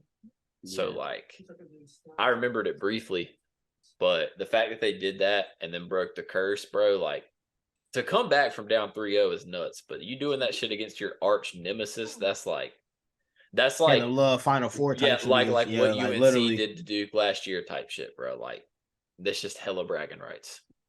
All right, Deion. Well, I'm gonna stick with the UFC. I'm gonna go Connor Nate. I think that's the bro. You just couldn't let it swing back to me one time. I like that ass. I think that's Connor's greatest rival, to be honest. Although Habib was personal. That was going to be on my list because they were on some personal shit. That's really my thing is, like, I don't think you got to fight more than once for it to be like. It wasn't really like Connor Habib wasn't really a rivalry to me. Like, you gotta, I don't know. Yeah. You got to fight more. One, you got to fight more than once, and two, like, they just wanted to fight each other. Like, it didn't really matter where it was. Well, like I guess Aldo and McGregor is the only exception, only because like they were supposed to fight, and then he got hurt, and so and then he beat up Chad, and so he was like, "Yo, it's whatever." Like they were brewing for a hot minute. Like that's probably UFC's best storytelling. Like for one build up to a fight that I remember for a minute. It was good. Like move on to fight at 155. Like he didn't fight in the UFC much longer after beating Aldo. Like they would have fought again. Yeah. They would have ran that back. There was no comp in featherweight at that point. No. Because Max wasn't Max yet. Volk ain't there yet. Poirier moved on. Beat him, and then he fought Nate like 2 months later. Like literally. So it's like he started a different rivalry. Like that's just what. Which kind of like, bro, it kind of sucks. Like I know we're getting off track, but like with McGregor, like it kind of sucks because the reason why he took the L to Nate though, like he was about to fight Dos Anjos for the belt, but then he fought Nate, then lost, and then he had to do a whole other side quest just to come back to fuck up Eddie, then to go do another side quest in boxing, and it's just like what the his whole career is sporadic as shit. Like I mean, you always, as a UFC fan, you always gotta be grateful for Connor. Like it was dope. Like that run he gave us from what was that, like 2015 to like 2017-ish is like unmatched, right? But like if Dos Anjos shows up in March and he beats Dos Anjos, like what does it look like following? Right? Like we got after, because he fought Nate, we got 2 more fights, and then we got a boxing fight, and then he can keep fighting all he wants. It's really not the same anymore. So it's like, I just feel like prime Connor, we never really got to see. Like we got to see a bunch of up and coming Connor, and then we saw prime Connor for about like a year and a half. Yeah. And I'm gonna be honest, he ain't gonna ever beat Floyd. That dude can box. Yeah, like he would have beat a lot of boxers back then. Yeah, for real. I'm trying to decide if I want to stay in boxing here. I'm not. I'm gonna go the prime years of the Ronaldo, Messi, El Clasicos. Bruh, them shits used to hit. Yo, didn't Ronaldo take his shirt off one year? Did the following year Messi took his shirt off? Nah, those prime El Clasico years, bro. Messi versus Ronaldo were nuts. Like, bro, I don't even know how to describe it because it's kind of one of those. It's like we say about Bron Curry, like 2 people being that good at their sport at the same time, just doesn't make sense. And then on top of the fact that they were both on each other, like the biggest rivalry in soccer, like I don't know, man. Them shits used to hit different. Like them Champions League matchups. Oh my god! Don't even get me started. So that's actually not bad. I didn't even think to go over there. Yo, I'm gonna do a hypothetical, really. I'm gonna go with Mahomes and Burrow, dog.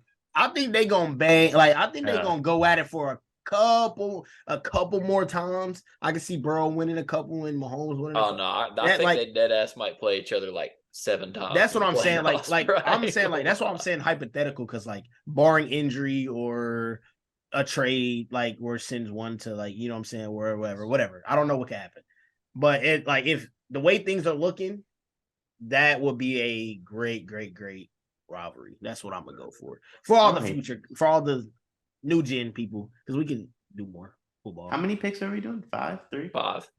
Okay. I'm gonna do. This is 3 for me. This is the third pick. I'm gonna do the what was that, like 2011 to like 2015 Niners Seahawks. That shit was like mad. LOB versus Crabtree was crazy, bro. Crabtree. The reason I'm bringing this one up is because I remember Crabtree pulled up to I think it was Larry Fitzgerald. Who else was on that Cardinals team back then? Fitz. I think it was Fitz. Fitz threw like a charity kickball tournament. Crabtree pulled up and punched Sherman and told him to do something. Like at a damn like yo, they hated each other. Like they hated each other. Hey, Crabtree had smoke with elite corners, bro. Like he was like, bro, Crabtree was like, bro, it's good. I'm like they were really ready to fight at a charity event. Like that's the definition of anytime, anywhere, any place. Like so that's the reason I was bringing that one up to be. That is fucking hilarious. Bro got his chain snatched on the field. Hey, that was crazy. Listen, I mean, the thing is, he kind of soft, but like Sherman bitch too. Yeah, he got punched in the face by Trent. There's just no like, bro. There's just few things more iconic than when you try me with a sorry ass receiver like Crabtree. Yeah, that shit was just fire. I mean, like whatever, bro. Like it was whatever. Like it was whatever. Listen, they were a hell of a team, and they, but I mean, Sherman's still a bitch. Like Sherman's and then he jumped shit. He did jump shit. This is tough because, like, do I go the NFL route? Do I go the boxing route? I'm leaning like Floyd versus Manny, but I just don't know. Dude, they waited way too late, bro. That's my problem. Like, I feel like they did that shit. And I'm gonna let you get yours off right after this, but I feel like we're all like not gonna choose that one. We made that a rivalry. They weren't rivals. Yeah. Like black people and like Asians made that a rivalry. Like that was a rivalry between continents. You know what I mean? Like more so. It's like when Floyd fought like De La Hoya and Floyd fought Victor Ortiz. Like when he was fighting all them, it was like that was like black people versus Mexicans. Or when he fought Ricky Hatton, black people versus like bro really did come into the ring with the Mexican flag on him, yeah. Bro. No, he was his rival was like other countries. It wasn't like he was damn, you know what I mean? Like top I five can't think of one dude that was like a rival for Floyd. Floyd v Mexico, top 5. Bro, yeah. Floyd is a OnlyHater specialist, bro. Like he is in the OnlyHaters Hall of Fame, bro. Floyd versus Cinco de Mayo is an elite rivalry. Oh yeah. Hey, they sleeping on it. But Floyd had Floyd and Pacquiao didn't hate each other. Like they were just annoyed that like the other person was like also really good. I'm gonna go. Oh God, this is a tough one. I'm leaning different ways. I'm gonna just go classic and go Bird Magic. They used to kill each other, bro. Like straight up, they used to kill each other. They had smoke. They had smoke for a while. Bro, they had smoke in college. Yeah, they had smoke in college. They came to the league with smoke. Larry Bird did, like, bro, Magic's teams are way better. Let's not be mistaken. But, bro, the fact that they, like, had smoke in college and then kept the smoke and then were both good enough to keep playing in the finals against each other, like, this shit's fire. Like I said, I think it's the closest thing, which is obviously still not on the same level, but the closest thing to Bron Curry. Like, it's the only other relatable example. I'm not mad at that. Okay, this is the 4th pick right here. Fuck sports. 50 Cent versus Floyd. They had straight smoke. fuck sports, bro. What game was it they was both at the other night? They showed them both on the Jumbotron. Bro. How do That had to have been a Miami Boston game, I would assume. I think it was. That shit was funny though. Bro, that is fucking hilarious, bro. You could read one page out of a like- Harry Potter. Floyd straight up said, "Fuck the arena, I'll beat your ass." Yeah, I love it, bro. I love shit like that, bro. That's fucking funny as hell. I'll take that one. That shit funny. It didn't have to all be sports. We pop culture around here too. Is it back on me? It is. I'm gonna take. I'm trying to figure out which UFC rivalry I want to take here. Yo, I'm gonna take DC Stipe. I thought, Deion, I ain't gonna lie. I thought you was gonna go like Rashad Evans and Rampage. I thought you was gonna go way I'll go back, all the way bro. back. I thought you was going way back, yo. So those were a little OD for me. Like I used to watch those Ultimate Fighters live, and I couldn't tell if those were like real or not. You know what I mean? Like when Rampage like broke the door and shit, I was like, I feels a little too much. Rashad had me weak. No, that bro. shit just feels like a little too much for me. What's the fucking? This ain't my pick, but like it's just the funniest Ultimate Fighter shit ever. Who was it, bro? Oh my god, it was fucking Chael Sonnen and Wanderlei, bro. I can't let you get close. That shit had me weak. Chael We had could do it for after just Chael rivalries. Bro, because him and Silva was something. bro. Something funny as shit. Yeah. That man got to be one of the funniest shit talkers I've ever heard, though, bro. No, he is. And it's funny because he used to go out there and get slapped too. Yeah, exactly. He would still just run his mouth, bro. That shit He just only get got me paid every because he time. could run his mouth. I've done seen that video so many times, bro. I can't let you get close. Wanderlei couldn't even speak English, bro. Like you didn't even know what he was saying half the time. Like, honestly, that's facts. Oh god. Oh, I'm going this one for meme purposes, bruh. Give me Chris Paul, Scott Foster. Best rivalry in the game, bruh. That man Scott be whooping his ass. Scott undefeated. I'm pretty sure. I think Chris Paul won his first Scott Foster game this playoffs. I think he like won in 19. Yeah, shit, crazy. Something crazy. Might not even be a rivalry. Scott Foster clears, unfortunately. That's nuts. Like that's nuts. I've already broke the sports curse. You know what I'm saying? I might jump out of UFC though real quick and go. I kind of had two with it, but if we were gonna go way back, I would say Tito and Chuck, because bro, they fought at least 8 times, and then they fought Tito. I heard T.O. for some reason. No, Tito Ortiz and Chuck Liddell, bro. They fought when they was young. They fought when they was like in their 30s, and then they just fought. And they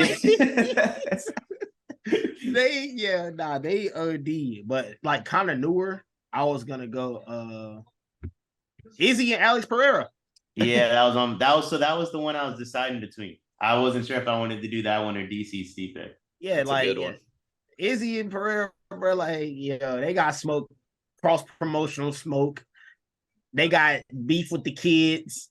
This man Alex Pereira was watching Izzy's reaction. He was hating on a reaction. Izzy had to a reaction. How you like they just natural haters, bro. They just don't hold each other. Izzy don't want to smoke with him again though. He told brother to go to 205. He told her to go over there. I feel him. I'm not gonna lie. I feel him. I feel like that rivalry has run its course for me. Yeah, as like a fan. All right, Deion, last pick. Gotta come with that heat. I'm gonna stick in the UFC again. I'm just trying to think about which route I want to go here. I'm gonna do Kane Junior Dos Santos. I think that's like the two, in my opinion. Like that is the Braun and Steph, I guess you could say, of like the UFC. Like they were the two best fighters in the world. They fought each other 3 times.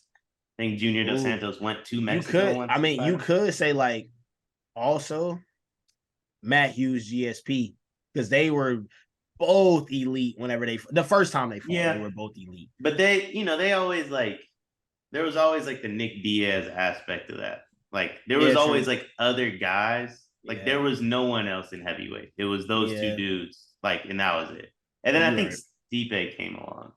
But Stipe came along like after they fought the third time. So yeah, I would say that one. Stipe came at the right time, bro, to claim that state. Yeah, he came at the right time. Because Kane, honestly, bro, Kane was a fucking dog. Kane was both of them are crazy. I was watching not to jump off topic, but I was watching UFC like the last 2 weekends, just like fight night card. I didn't realize how many heavyweights done knocked Junior Dos Santos out recently. Like, yeah, they need to. It's time for him to stop. Yeah, there were some names. I'm like, yo, who is this dude? They show his highlight tape. Junior on the ground. Yo, Junior, bro, but Junior he just lost his belt, bro. He was a 40-year-old champion, dog. Yeah. But like, I was like, come on, man. Like, yo, this dude need to retire. He just getting knocked out by dudes not even ranked. Yeah, bro. Just pay him not to fight. Like that's what they need to do. They did that with Chuck. They paid him not to fight. Too.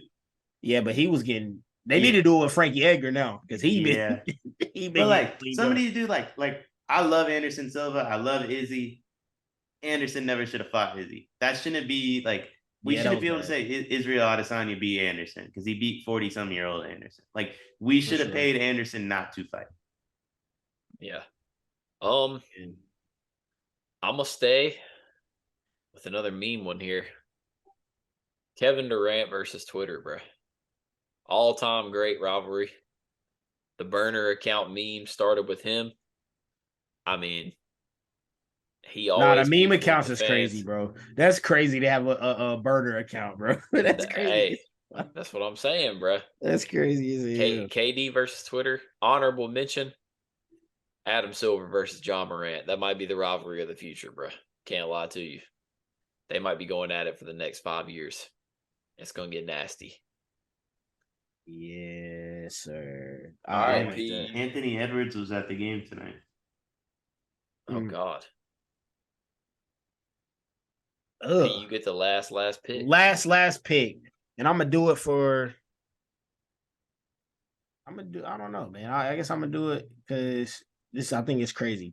I'm gonna go with Ohio State and Michigan because these motherfuckers don't even say each other. Wait, which school don't say which name? Or they both don't say each other's name? They both don't say each other's name. That's pushing it, bro. They're crazy over there. I've seen that rivalry like motherfuckers be in the streets about to fight, bro. You know what I'm saying? Over that rivalry. I think that's a pretty good one, especially of recent late, like as a late. I don't know if it's for every. Is it for every sport or just football? Are they OD about it? Like, I think it's mostly football. Mostly, I'll say because if it's for all of it, that'll be crazy. But I mean, if they both good for hoop, I'm sure they're pretty OD. But like, how often is that happening? Yeah, nah, not this year. I tell you that much. I think it was fun. Like just seeing. I mean, because I guess it's my first year. Kind of, I always knew they were rivals. I knew it was crazy whenever Jabril was there. That's whenever it had hella static. And just this past year was whenever CJ was playing them and stuff like that. So that's when I paid attention to it. And I would kind of see the interactions on Twitter. I'm like, oh, these motherfuckers are OD. So that's my last one. That's a good list. Yeah. Good topic. Good topic. All right. Most hated. Is anyone locked and loaded? Or do I need to go first? I ain't got that many. I honestly don't have one. I was just going to give a shout out to Michael Block for the performance he had at the PGA. But I do want to give him a warning. He very easily could be my most hated next week because he's already starting to get on my nerves. So he's toting that line, but I do want to give him a shout out for what he did at the PGA Championship. My man was going up against Elite. Yeah, he was getting pretty corny towards the end, though. I'm not gonna lie. Like it was cool the first 2 days. Yeah, bro. Also, just quick little PGA note. Please tell me you saw that video of Brooks at the Florida Panthers game. Bro was off that white tremendously bad. Bro said he was off that white. He did an interview and he said, "Yeah, Liv has me playing on Friday. I'm gonna be honest, I don't think that's gonna go well." Bro was sitting up there, eyes like this. He ain't blink once. Nose was red. Bro clapped for 35 straight seconds. Bro was in there teed. That shit funny to me. Yeah, I mean, as he should be. I'm being Yep. honest, as he should He's be. a major maniac, bro. He just don't make. He's just DNA, as Deion would say. He got that major DNA in him. He's a killer, man. I listened to I think it was Michael Block actually. I was listening to one of his interviews and he said like Brooks just reminds him of Tiger, where it's like Yeah. you can't talk to him. You just can't talk to him during a major. But like, Rory's chopping it up with him. All these dudes are chopping it up with him. He said his one interaction with Brooks was they're getting ready to walk by each other, and Brooks rolled his shirt up. That way you could see how big his biceps were as he walked by you. Oh God. I mean, that dude's just a killer. But like anything he can do to get that mental advantage over you, he's gonna do. Yeah, he's a maniac. He is a maniac. I mean, bro, he like say what you want, credit it however you want to.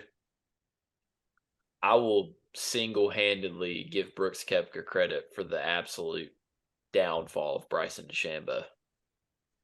Yeah. As soon as they had their rivalry, Yeah. Did he pack him up? ended, How many bro, how many times did he pack him up?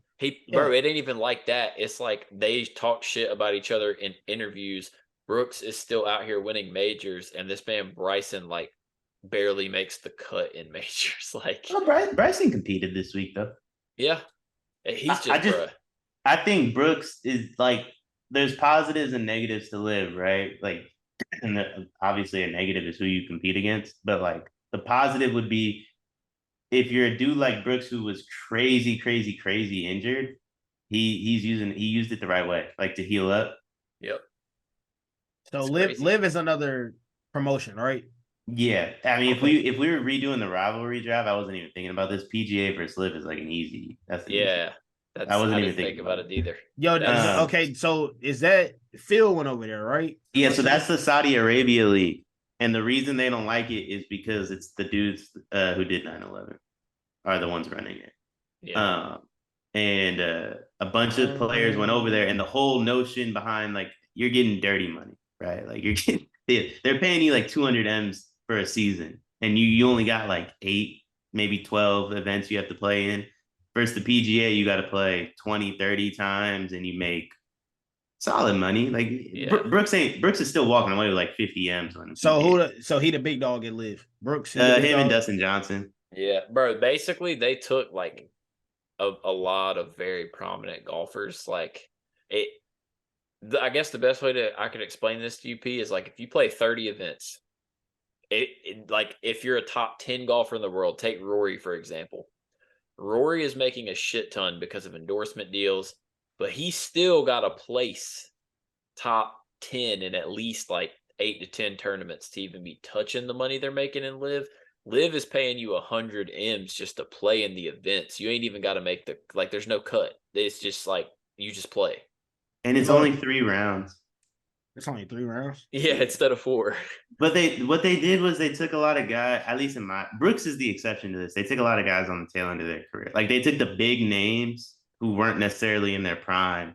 And the hope was like, oh, we'll make the league popular enough that like the Rorys and the JTs and the Spieths and all these dudes that are like also big names but much younger would come, and that didn't work. But if you use it the right way, like Brooks did, I mean, dude, if you're in the PGA Tour, you have how many exempt events do you have, JK? Like 16 to 20? Yeah, it's not. So you have a minimum of 20 events you have to play, and then your sponsors are going to make you play in a few events, and then you obviously have the majors. So you're probably playing like you said, like 30 times a year. Live, he only sees it up probably 15 to 16 times a year, makes more money. So like he had in his knee, he had a meniscus and an MCL injury, so he was able to use that to heal up. Second place at the Masters, and then he won the PGA. So it's like, yep. Hey, shout out my boy. Can you play in? Nah, like y'all say you can't cross promo. No, like this is why we said the rivalry's nasty work. If you are playing in live, they have banned you from being in the world golf rankings. You are not technically looked at as a professional golfer. Aren't they in it? I thought they banned them from the PGA Tour. Not like the world golf rankings. I don't think it includes any of them. Really? I think that's one of the big. I think that's one of the big. No, it does now. You're right, but it switched because they won that lawsuit. Oh yeah. That's But what the it was. world, this is where the rivalry's nasty, P. So at Yeah, first, I'm glad to know. Like, I'm glad y'all are the teaching me rivalry's enough. nasty. So bad. at first, you couldn't be in the ranking, and then Liv won a lawsuit which reinstated them in the rankings. So the PGA had the World Golf Rankings completely redo how they do the rankings, and now you have to have a minimum number of players in your event to get certain number of points. And Liv only has the whole notion behind Liv is shotgun starts, pace of play, 3 rounds. So they only have like 48 like players on the tour, and you have to have 50 to like 50 or 60 to get as many points as the PGA Tour. It's nasty. It's gross. That's bad. That's actually bad. Then now that y'all describing it, it probably should have been high in the draft. Hey, Yeah, it was an easy pick. I can't believe I didn't think about it. shout out my boy HV3, Gastonia legend. Went to my high school. My man left the PGA Tour for Live. They asked him about it in an interview, trying to get him to talk about some beef. All he said was, "I'm making more money." that's all there is to it. Bring me my money. That's all you got to say. There's a lot of golfers that should go over there. It just I makes almost sense. guarantee. I think I said this on here like a few months ago after the Masters. I think JK and I were talking about it. I'm pretty sure if Brooks could do it over again, he'd be on the PGA Tour. Yeah. But if he does it over again, I don't think he gets as healthy as he is now. So it's a give and a take, right? Like the Brooks Koepka of now wants to be on the PGA Tour, but I don't think he ever would have reached that if he's playing every week. Oh yeah. So, P, now that you're filled in, you got a most hated. The New York Mets. Honestly, I mean, shit. We got some great prospects, dog. You know what I'm saying? Brad Beatty, Vientos. We got Alvarez, bro. We got some really good prospects. But Buck Showalter does not play my boys, dog. He doesn't play them. He does not play them. And we're sitting here. Actually, okay, we won a 5-game win streak. We lost today. I think we're 26 and 25. You know what I'm saying? We spent all this money, JK. Spent all this money, bro, to be mid. Billy Epler, fire him, bro. GM gots to go. That's him. He has to go. The New York Mets, bro. The New York Mets, they be selling the bag on me, bro. It hurts, dog. You lost the World Series to Kansas City, bro. Should have been burnt this shit to the ground. I'm sick. I'm low-key sick. Shout out Lurk, bro. He sent me a picture of him playing MLB The Show. I think he went like 150, like, I don't know. He only lost 5 games with the Mets and a franchise that should have me weak. Shout out my dog. And shout out Break the Bank, because I told him I would. I mean, and Lakers fans. Fuck them too. They be Actually, I do got him most hated. It's from the golf tournament. It's Victor Hovland. Bro, I'm so sick of his name sound weird. Yeah, he's so fucking good. I'm sick of watching him compete in majors just to fold on Sunday. Like he is a choke artist. That man is top 7 like every tournament he plays in. He finishes 16th. Put it in anime terms, JK. Who he be folding like? Who he be folding like in anime terms? You got one for me? For my nerds in the back. I'm trying to think. Like low key, bruh. Rock Lee post injury type shit. It's bad, bro. Rock Lee got washed quick. Shout out my nerves, man. One more most hated. The PGA Tour. I got no beef. I have no beef with the course that they chose. Oak Hill. It was extremely tough. I can live with that. I thought it was a little ridiculous. I'm not gonna lie. Like some of the holes, it's like, bro, you hit a nice ass shot, you 30 yards over the green. Like that's a little much for me. You lose me. We got 50 states in America. These tournaments are held at the same time every year. The weather is the same everywhere, every time of the year. This shit doesn't need to be in a place that has rain in the middle of May. Yeah. That's where you lose me. Pretty simple. Where you lose me. Make the course as tough as you want. Put it in Florida. Rain delays in May. No. April, February, March, January, whatever, man. Like that's fine. Back end of the year, that's fine. If we go, I mean, the U.S. Open's at LACC, so you don't have to worry about that. Like, but rain delays in the middle of summer. Come on, man. You lose. All I'm gonna say, I ain't ever seen a rain delay at the Players. That's what I'm saying. Like British Open rain delays make sense. That's in Britain. You can't move it out of Britain, and Britain has random weather. I get it. That's literally their tournament. But the PGA Championship can be played anywhere. Just put it in Florida. Yeah. There's plenty of tough courses. Put it in California. Play it at Pebble every year for all I care. Like, course can be as tough as you want. If it rains during a major, I hate that. There's just too much quality. How long is the rain delay for it? Or do they push it back a day, or like is it so hours? They played the full Saturday round in the rain, I want to say. I think maybe they had like a little bit of sunshine for like the later groups on like the back nine. Friday or Thursday stopped, and they had to finish the round the following morning. I hate that. Like, there's just no reason to do that. There's no reason to even play in the rain. Like, there's too much nice weather in this country for the middle of May to have a tournament and it's pouring rain. Yeah, the only major in the US that I'm fine with rainy weather is the US Open, and that's just because it's a nasty, like, you shoot 2 under and win tournament. Like, I'm okay with the Masters too, because it's always going to be in Augusta. Yeah. Right? Like, that's fine. If Augusta happens to have rain one year, like, I get it. You can play the PGA Championship anywhere. Like, it's not entitled to be. Bro, they played it at damn Quail Hollow. Not one single delay. Isn't that, it's there next year? It's literally like, it's in Charlotte, bro. Yeah, I'm pretty sure it's there. I'm pretty sure it's there next year, which that's dope. Like, if it doesn't rain in Charlotte in May, then fucking play it there every year. It really I'll be honest. Bro. I mean, hey, brother. Hey, brother. It's been raining the past 2 weekends. If it rains the past 2 weekends next year, you will hear me complaining about this again next year. I always like to ask questions, man, for my non-golfing people. You know what I'm saying? I feel like y'all do a very good job of explaining that shit. JK, I had another most hated once again. Hey, I said Lakers fans, bro. I seen a lot of Lakers fans on Twitter. Hey, man, it's all good. We was 2-10, made it to the Western Conference Final. Fuck that, bro. If I got LeBron on my team, bro, I'm expecting another chip. As simple as that. I don't understand it, bro. That losing shit is not fun, bro. I don't get it. You know what I'm saying?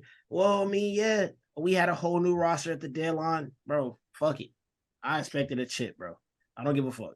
I will give Denver their credit, though. Denver was better, obviously. They swept you. You know what I'm saying? But I don't understand. We got LeBron and AD. I don't understand why fans, it should be ringer butts. If we were still with Ingram and Lonzo Ball, I'd be like, okay, cool. Made the Western Conference Finals. All right. Whatever. We got Braun and AD. Ringer butts for me. Yeah, I guess I got one more most hated too. I've seen too many people talking about like the Pelicans may have won that trade. I'm not the biggest. Ridiculous. Yeah, I'm not the biggest bubble supporter, but like, yeah, they still want a ring. Like, it doesn't really matter. Yeah, I'm gonna say started off hot. The Boston Celtics, y'all be pissing me off.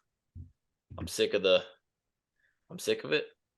The fact that y'all won tonight is just the perfect, like, description of my lifelong time as a Celtics fan.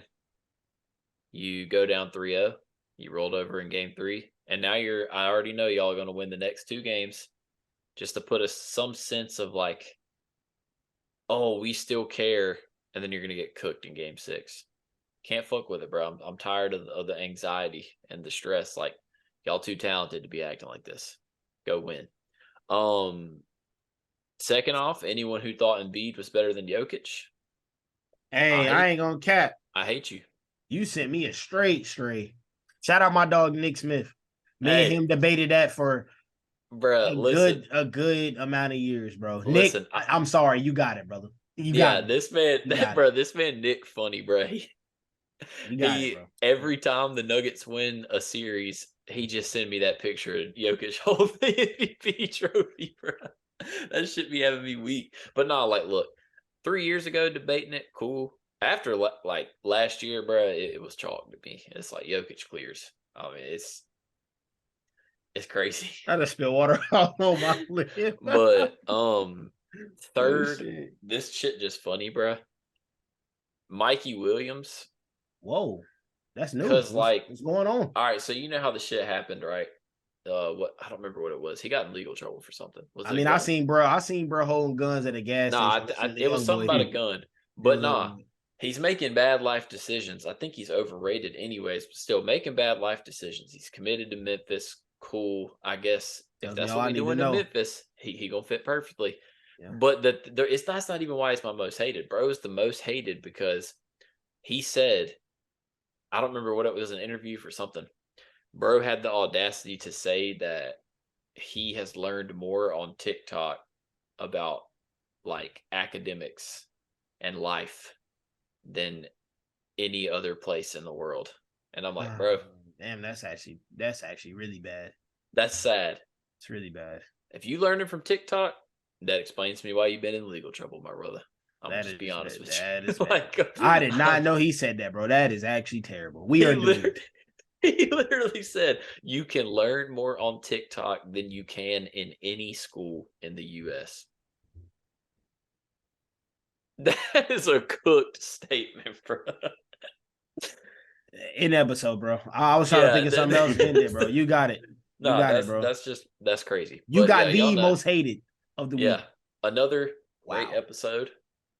Y'all know how we get down. Some hating. I actually thought this was a pretty intellectual episode as well. Not just hating, but you know, my Celtics down 3-1. I'm still in shambles until I see that shit 4-3 Boston. It's a disappointment, and it ain't gonna happen. But P, I hope your boy don't retire. I want to see a couple more years. I at least got to see his last. I mean, hey, low key though, if Bron does retire, I seen his last ever game in Charlotte. That'd be pretty cool. He ain't going out without a tour, bro. We know how this goes. Like, and yeah, you already. That's know. why, real quick, that's why I think he's coming to the bet. He doesn't want Steph to have his own tour. Bro, That would be the greatest. That would Like be I the could greatest totally hating see shit. that. That would I be could the greatest totally hating see shit, that. bro. I mean, bro, I could totally see that. Listen, I know we ended last thing. The shit funny. They was talking about how LeBron, a PR genius, he talk about retiring just so they don't talk about him getting swept. That shit was so funny, bro. He really might retire. Like I don't He think might. it's that crazy. No, But it's not. I just thought that shit was funny. You know, we love if he memes on doesn't here. retire, like, but the more I think about it, like that Warriors shit really might happen. Yeah, it might. That shit really might happen. Or that foot might really be OD cooked. No, I do think it is. That's why I think that Warriors shit really might happen because I don't think there's a world he can win in LA with how bad his foot is. They said they tried to shut him down for the year. That's crazy. No, I think his foot's cooked. Bro, he was warming up 8 hours before the game every day. That ain't because he need to. Something's wrong. Like, bro, that wasn't something to cheer about. Like, something's wrong. Oh yeah. Like, I just want to know, and I'm sure we'll find out. Whatever he was doing for the 4 hours in between that warm up and when the other players got there is nasty. Some crazy stuff. It was probably some crazy ass shit. A lot of pills being popped, shots being taken. It's what they did to Mahomes for the Super Bowl, but every day. Yeah. Now they had Mahomes ass on morphine out there. Boy, that boy was unconscious hooping. Yeah. He was unconscious hooping. Like for real. Now, like whatever he was doing in between that warm up and then like the game is like nasty. Oh yeah, but you already know. That We'll be back that's actually smart. next week, either Tuesday or Wednesday, undecided. But until then, we'll see y'all next time.